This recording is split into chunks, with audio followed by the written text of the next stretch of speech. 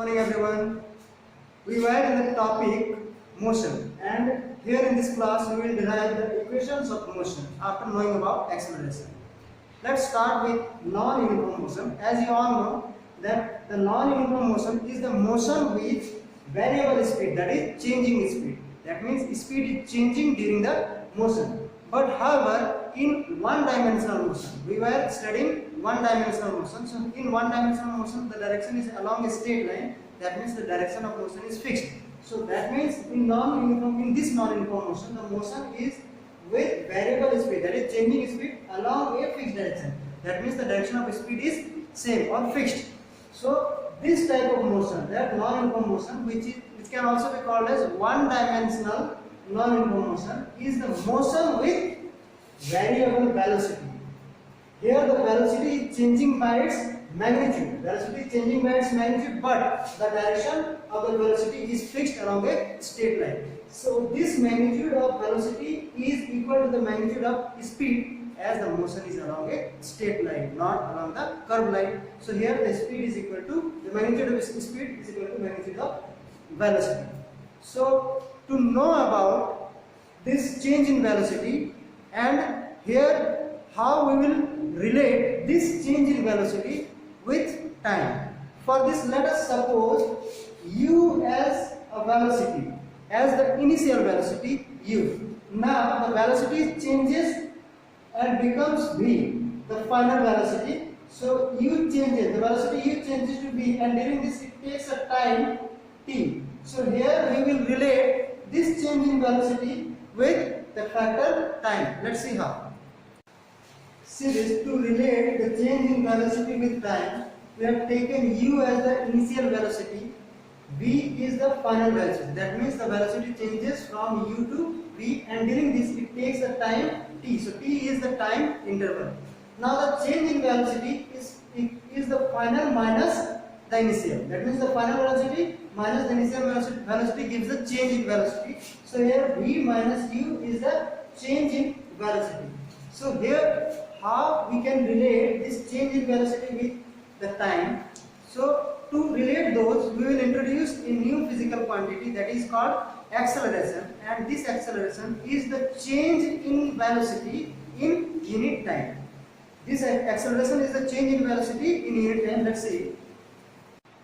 See, we have the formula acceleration equal to change in velocity divided by time. This is the change in velocity in unit time. So this acceleration is represented as small a, and this change in velocity, what is the change in velocity? V minus u. So v minus u divided by t. So this is the formula to find out the acceleration, and this is the change in velocity per unit time.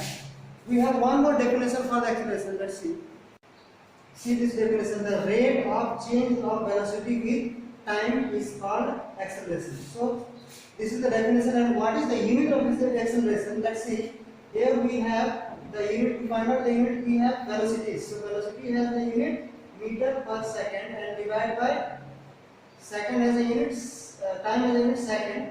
So this will become, so the SI unit, this will become SI unit is meter per second square. This is the SI unit of acceleration. Now suppose the velocity, the change in velocity, that means the velocity, if it is increases, then the final velocity v is greater than u. So initially its velocity is u. Now after increasing, it reaches to v. So that means there is an increase in velocity, and at that particular case v minus u is positive. That means v is greater than u. So v minus u is a positive term. So the acceleration is positive in that case. Now suppose the second condition, if this v is lesser than u, that means initially the body is with greater speed, greater velocity, but finally it slow down and its velocity decreases to a lesser value v. So here we have greater value of u and lesser value of v. Then v minus u, that is v minus u is a negative term, and here we will get a value negative acceleration, a value minus a. So this minus a while the object is slowing down. That means when the object is in motion and it is decreasing its velocity, then we have negative value of acceleration, and this negative value of acceleration is called deceleration or retardation. Let's see. See those. For increasing velocity, v is greater than u, we got a equal to v minus u by t is positive, and for decreasing velocity, this v is lesser than u, and for this we get acceleration, this v minus u by t is negative, and this is called retardation. If there is a change in velocity, then either the velocity increases or the velocity decreases. This increase in velocity or decrease in velocity in unit time represented as positive or negative acceleration, that is acceleration or retardation. So here we have two different directions of acceleration that determined by positive or negative sign of the acceleration. So the acceleration has its own direction, that's why acceleration is a vector quantity. Now see, we have a graph, velocity time graph. Here we plot by taking the velocity along y-axis and time along x-axis. This line represents the motion of an object. See, as time is taken along x-axis, so initially the object at the time t1 is with the velocity, suppose this velocity is u, which is the initial velocity. So we have u as initial velocity. Now, as the time passes and now the time is t2 and the velocity of the object now increases. See, this represents this line. This line is rising upward. So this represents the increase in velocity. So here it is at the time t2, it increases up to velocity. What is we have? Suppose this one is velocity v, the final velocity. So v becomes the final velocity. So now we have initial and final velocity. So what is the change in velocity? So we can write here v minus u is the change in velocity. So if you see the time, if you want to get the time interval, then this t2 is the final time and t1 is the initial time. So if we subtract those, we will get t. T gives the time interval for this change in velocity. So we have time t and change v minus u. Now see, if we want to find out the acceleration, then definitely we will do one thing. We will find out the slope of this line, and to find out the slope of this line, we will do what? We will make this one as a triangle. We have now a triangle. Suppose this one is PQR. So for this PQR, the slope which gives the acceleration, slope is equal to PQ divided by what? RQ. So this slope is the acceleration. So here we have acceleration A equal to PQ. See this length PQ. This PQ is equal to this. You can see this. Suppose we mark here this P. Suppose this one is A and this one is point B. This one is C and this one is D. So we have 4 more points A, B, and this one is C and this one is D. This is C. Now this PQ is equal to DC. You can write DC. Okay, and this AB is RQ. This AB is RQ. Now this for this line DC. We have OD minus OC. You can write OD minus OC. And this AB length is OB minus OA. So this one, this OD minus OC is equal to, you can see this OD represent B. That means the length of OD represent the final velocity B. Because in this line B is represented as the velocity, the final velocity. So here we have B minus this one is U. And this one is T2 minus T1. So finally we got the expression V minus U by t. So this slope gives us the acceleration. See, this is the acceleration we have. Now, if we solve this one, we can get v minus u equal to at, and then finally we got v is equal to u plus at. Now this one becomes one of the equation of motion, v equal to u plus at, which gives the relation of initial velocity, final velocity, initial velocity, acceleration and time. So this is the first equation of motion, v equal to u plus at. Now to find out what is the displacement during this, we have a closed section. See, A, B, P, R. This one is the closed section. So by finding the area of this closed section, we can find out what is the displacement. So see, this is like a trapezium. So we can say the displacement S equal to area of this A, B, P, R. A, B, P, R. So this area is divided by two sections. You can see here. We have area of triangle PQR. See, this one is area of triangle PQR. That means this is the section, triangular section. Now we have a rectangular section. This one, this part. See, this one is added to area of RQ. We can say ABQR. ABQR. Now, as you all know, for area of triangle we have the formula 1 by 2 into base into height. Here RQ is the base, RQ into what is height? PQ is the height. PQ is the height, and this one is added to area of ABQR. ABQR is actually a rectangular shape, rectangular area. So here the area is length into breadth. So here AB into or RQ you can write. This one is AB into this AR or AR you can write AR. Okay, so we have the area for two different sections. Now if we put the values, see what we have. 1 by 2, this RQ, which is the base, that means T1 minus T2 gives the time interval T1. See, we have RQ as AB, and this AB is equal to OB minus OA. So for this RQ we can write this T, that means T2 minus T1, that is OB minus OA.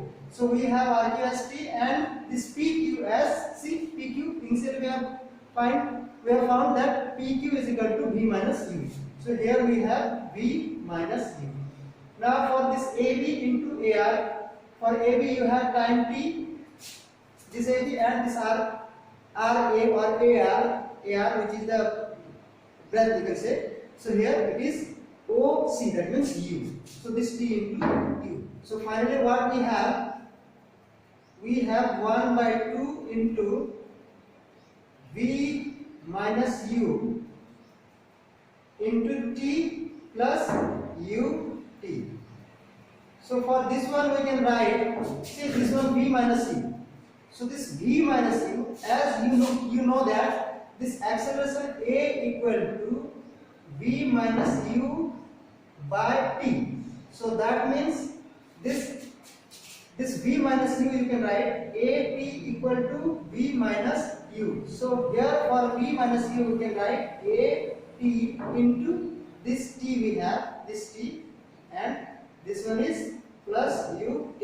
So finally this displacement S becomes, see, this one is UT plus 1 by 2 AT square, and this is the second equation of motion which gives us the relation between the displacement, the initial velocity, the time and the acceleration. See, this is called the second equation of motion. Now for the third equation of motion, we again find out the displacement by finding out the area of this closed section. we have the displacement s equal to area of this trapezium. This is a trapezium. This is a trapezium here. We have the trapezium. This area of trapezium is equal to, as all you know from geometry, the area of trapezium is equal to half into the sum of the parallel lines and the perpendicular distance in between the parallel lines. So here we have the area of the trapezium as 1 by 2 into, see, this BP gives the one parallel side of the trapezium, and this AR gives the another parallel side of the trapezium, and this multiplied by the perpendicular distance. See, this RQ, or you can say this AB is the perpendicular distance. So now we have 1 by 2 into, see, we have the length BP, which is equal to OD. So this OD equal to V, that is the final velocity. So here in the place of BP we can write V, and this one is plus what we have? We have AR, that means U. It is AR actually. So this is U. So, and this one is multiplied with T. This, so after cross multiplication we get 2s equal to this V plus U into T. Now for this T, as you all know that acceleration A equal to V minus U by T is equal to A. So that means for this V, see, V minus U by A is equal to T. You can write, see, this A comes here and this T comes here.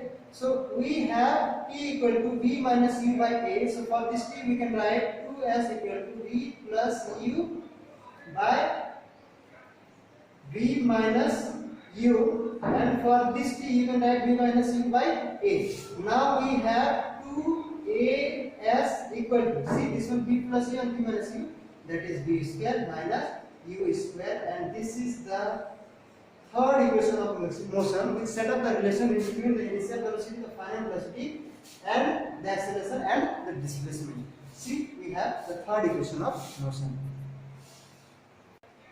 So we can write here the third equation of motion as 2as is equal to V square minus U square. This is the third equation of motion. Now we can graphically find out or derive the three equations of motion. We can also derive the equations of motion by an alternative way, by using the mathematical terms. See, first we have the acceleration A equal to, see what we have. See this, we have the acceleration change in velocity by time, and in this way we get the first equation of motion, U plus AT equal to V. This is the first equation of motion. Now we have the final velocity V as U plus AT. This is the final velocity, and we have the initial velocity U. So what is the average velocity here? See, we have the average velocity, see, V U plus V, that is initial velocity plus final velocity divided by 2. The sum of velocity divided by 2 is equal to the average velocity. Now if we want to find out the displacement, so this displacement, total displacement is equal to the average velocity, that is U plus V by 2, and this one is multiplied with the time T. We have derived this average velocity is equal to U plus V. But here from the first equation of motion we have the value of V in terms of U.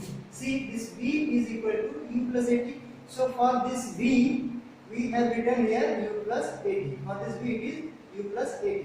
Now it will become, the average velocity become 2U, U plus U, 2U plus AT by 2. So the displacement is equal to average velocity into time. We have the average velocity, see, 2U plus AT by 2 into T. This is multiplied with T. We have 2 by 2 UT. See, in this way we can find out S equal to UT plus 1 by 2 AT square, and this is the second equation of motion. Now how we can find the third equation of motion? Let's see. To find out the displacement, If we take the average velocity as u plus v by 2, here this average velocity is taken as this s displacement is equal to average velocity u plus v by 2. This is the average velocity taken, not this one. This one is taken and this one is multiplied with t. Now we know that the acceleration a equals to v minus u by t. So from this you can write that this t is equal to what? V minus u by a. This one is the acceleration. So by substituting this value of t here, we can write this as equal to u plus v by 2, and this one is multiplied by v minus u by a. So this one gives us, see, this one is v minus u and v plus u. So we will get v square by minus u square, and this one is 2a. So now finally we get this 2a as is equal to v square minus u square, and this is the third equation of motion derived by an alternative method, mathematical way. Now we have some special cases. When first case, when initially the object at rest, that means initially it starts its motion from rest, so its initial velocity is 0 because it is starting its motion from rest, and its final velocity is v. Now for every u we can substitute 0, so we got the three equations as, see, v becomes at, and this one becomes sorry, here we don't have, yes, here we have u, so this one becomes 1 by 2 a t square, and this one 2as equal to v square when u is 0. So these are the three conditions. Now see the second condition, second special case. See the second case, when the velocity decreases, that means when the acceleration is negative. See, a is negative, that is retardation. In that case, we will substitute for every a minus a. So this one become v equal to u, as it is plus a, so this one become minus a t. And for the second equation, s equal to ut plus 1, so this one become minus, as a is present here, so half a t square. And for this one we get 2 minus 2as is equal to v square minus t square. So these are the equations for this case. Now what is the third case? See, we have the third case, acceleration due to gravity. That means when the object is falling down or rising up, thrown up. See, for a we can substitute the value g. G is equal to 9.8 meter per second square, as you all know, acceleration due to gravity. So we can replace a as g. So here this v equal to u. If the object is falling down, this can be taken as plus g t. Now, if the object is thrown up, then the second equation becomes, when the object is thrown up, ideally, s equal to, if we put g as minus g. So here a is equal to minus g. So here we will get s equal to ut minus 1 by 2 g t square. When the object is thrown up, this gives the height, the topmost height the object will reach when it is thrown up. So this is the equation. For the third equation, we can substitute a as g or minus g.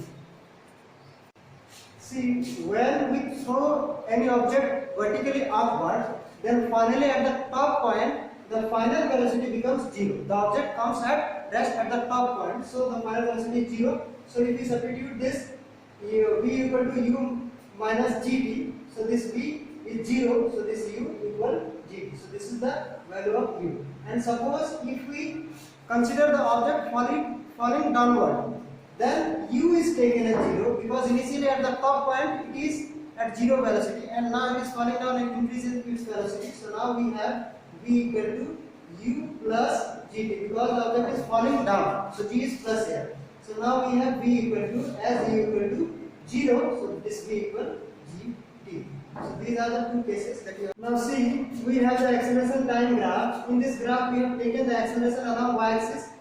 This negative of y dash represents the retardation, that is negative of acceleration, and this ox, that is x-axis, represents the time. Here we have this straight line parallel to x-axis, and this line represents a constant acceleration applied on the body.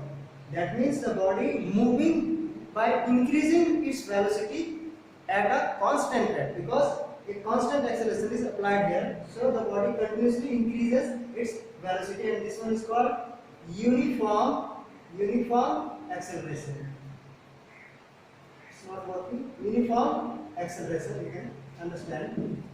So this one is, this line represents uniform acceleration. Now this one, this is the uniform retardation. That means the body moving by decreasing its velocity at a constant rate, and then finally suppose at this point the body comes at rest. Suppose this represents the state of rest. Here the body comes at rest. Here the body has a velocity v. After decreasing the velocity at constant rate, it comes to rest position, and after the rest, the retardation, that is negative of acceleration, is still on the body. Now what?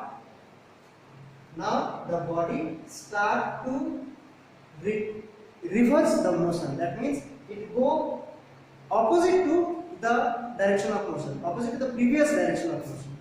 This is what we have by this graph.